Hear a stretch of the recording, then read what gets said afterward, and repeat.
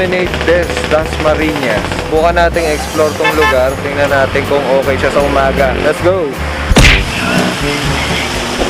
Sir, good morning, sir. Good morning. May entrance fee po ba? Wala po. Wala naman. Ano na lang po, sir? Temperature, name, address, tapos cellphone number po. Okay. 36.2 po. Huwag natin pag-exit po. Pakingatan na lang po. Thank you po. Okay, salamat. Pero pala tong ticket. Ito yung gagamitin mong pang-exit.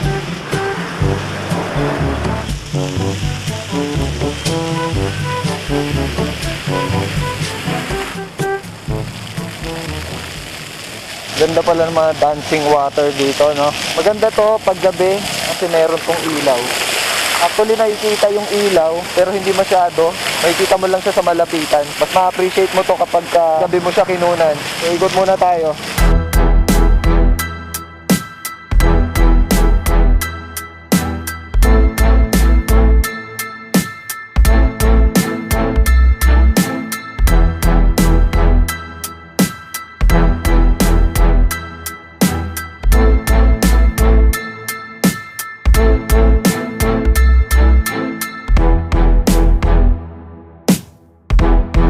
Parang may malaking kanal doon banda.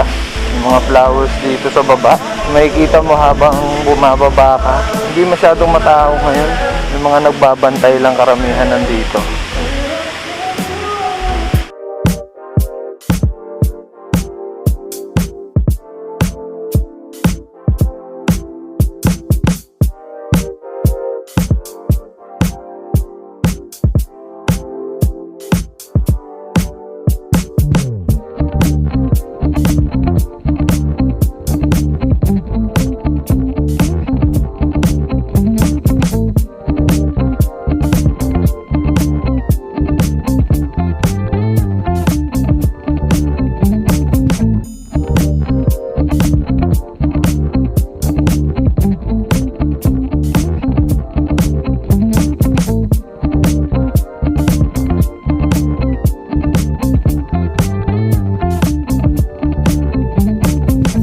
Mahaba din naman yung lalakaran mo, no? Check natin kung ano yung meron doon. Parang mahaba pa siya.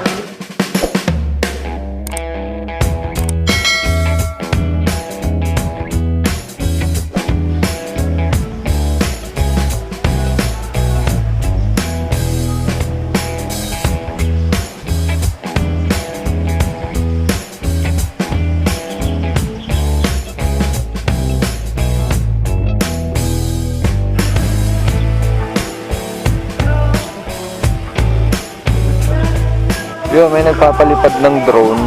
Sana magkaroon tayo ng drone, no, in the near future. At magkaroon tayo ng aerial shot para naman mas ma-appreciate nyo yung lugar pag pinupuntahan natin. O di bale, nadating din yun. Sa ngayon, doon muna tayo kumukuha sa baba. Time check.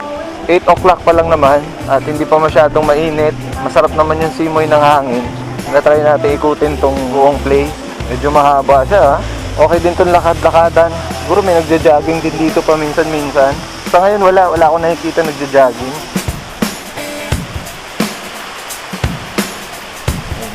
Siguro hanggang dito na lang.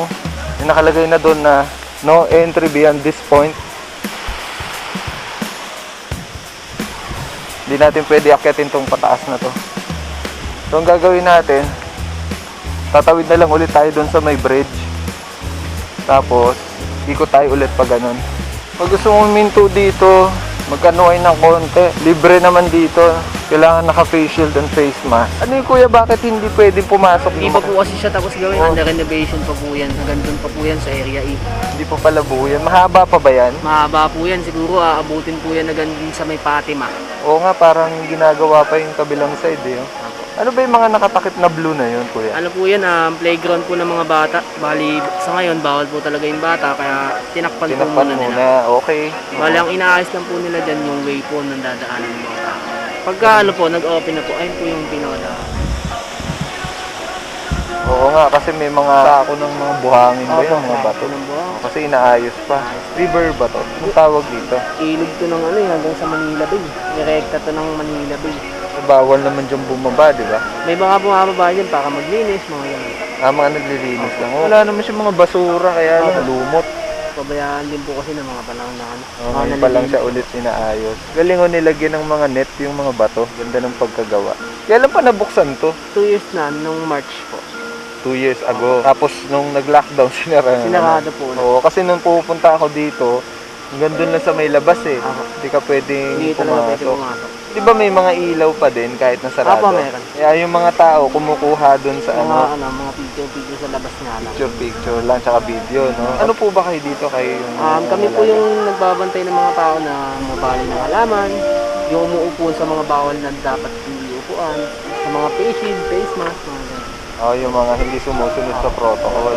Taga rito ka rin ba, kuya? Oo, tiga dito lang yung ako dati. Regular ka dyan sa ano na yan? Sa trabaho? Job o order lang po. Kumbaga, pag wala po kaming trabaho, wala po kaming trabaho. O work no pay work, kayo? no pay. Kaya lang naman napapasok dito kasi gawa ng pandemic, kailangan ng mga bantay. Oo, Limit din yung tao, 300 capacity lang tao. 300 lang. Kapag ka na-reach na yung bilang na pwede. Magsasarado na po. Kada isang tao po, 1 hour lang po. May monitoring po tayo kung ilang oras na yung tao na nasa loob. Yun din po yung trabaho namin. Monitor din po namin yung mga bumibisita. Anong araw ba yung matao dito? Bali ang tao dito, Saturday, Friday, tsaka Sunday. Ng gabi. Opo, mga Pupunta rin ako dito ng gabi. Anong name mo, kuya? Rizal. Si Kuya Rizal. Salamat sa Sige po, time mo, salamat kuya. din po. Oo, sige, ingat Enjoy ka. po kayo, ingat. Thank you. Enjoy po. Ayan, nakausap natin si Kuya Rizal at nabigyan tayo ng konting impormasyon tungkol dito sa loob. Kung ano yung mga policies at saka kung ano pa yung mga aabangan natin. So, ginagawa pa pala to by next year siguro or after 6 months. May pagbabago na to ng malaki. Sila yung mga nagbabantay para ipatupad yung protocol para mapangalagaan din yung lugar na to. Natawirin natin yung bridge para makarating tayo dun sa kabila. Kasi hindi na tayo pwedeng lumitan na natin yung mga bulaklak, no? So dadaanan ko na mga tol.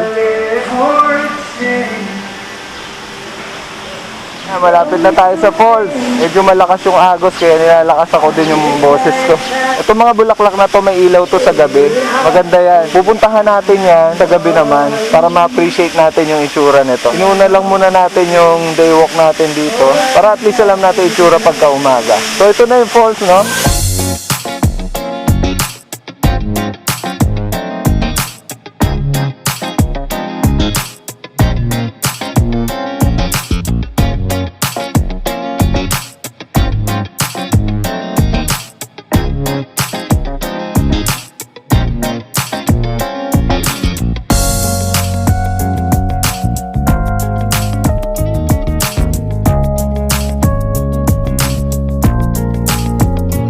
Nakilala tayo, vlogger din. Yun na nagpapalipad ng drone kanina. Ayun siya, si Sir Jun.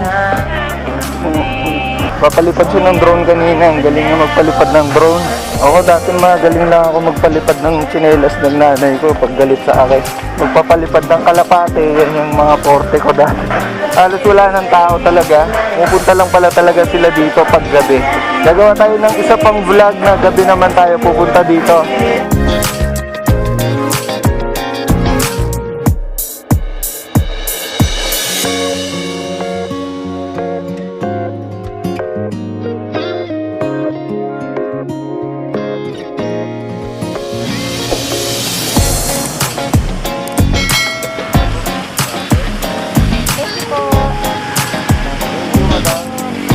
Maraming salamat sa pagsama niyo sa akin dito sa loob. Hanggang dito na lang muna itong video na to.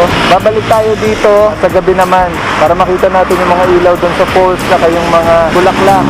Pati yung fountain, may ilaw din kasi siya pag gabi. Uuwi na ako. So magkita-kita tayo ulit.